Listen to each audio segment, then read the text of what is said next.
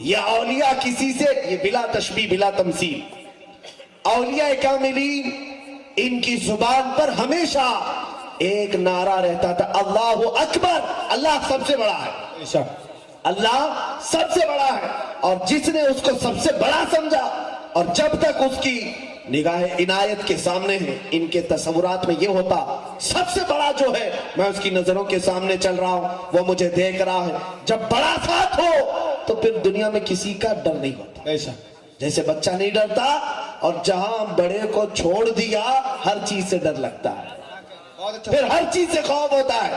آج ہم ڈرے اسی لیے ہیں، کہتے ہیں مسجدوں میں اللہ اکبر، باہر آ کر کے پھر پتہ نہیں کسی کو اور کو بڑا مان لیتے ہیں۔ میرے عزیزو، ایک بات یاد رکھنا، یہ لفظ ایسا ہے کہ جس دن ہم اپنے ماں کے پیٹ سے آئے تھے دنیا میں، سب سے پہلا لفظ ہمارے کانوں میں اللہ اکبر یہی کہا گیا تھا۔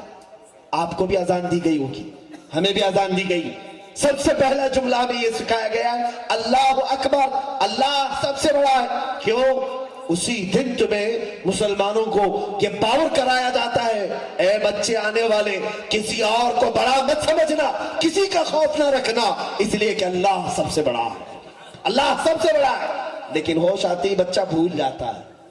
اگر وہ اللہ اکبر کی گونج اس کی زندگی بھر جاری رہی، کبھی اسے کسی کا خوف نہیں آئے گا۔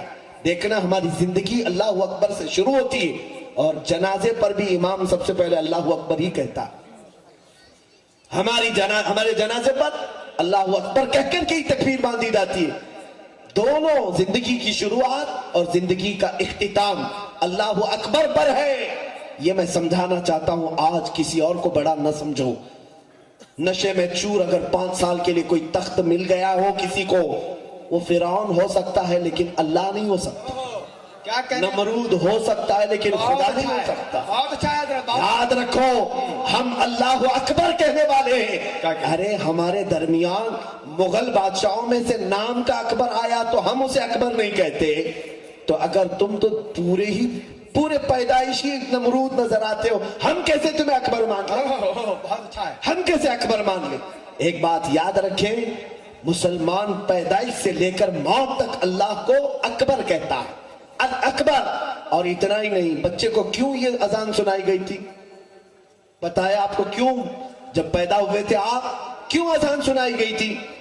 اس لیے کہ اے بچے، ابھی سے عادت ڈال لے، ہر دن تجھے 5 بار یہ پکارا جائے گا، 5 بار اذانوں میں مؤذن پکارے گا، تاکہ تجھے اس آواز سے وحشت نہ ہو، تجھے لگے کہ یہ تو وہی آواز ہے جو پہلے دن میں نے سنا تھا۔ سبحان اللہ، بے شک یہ تو وہی آواز ہے۔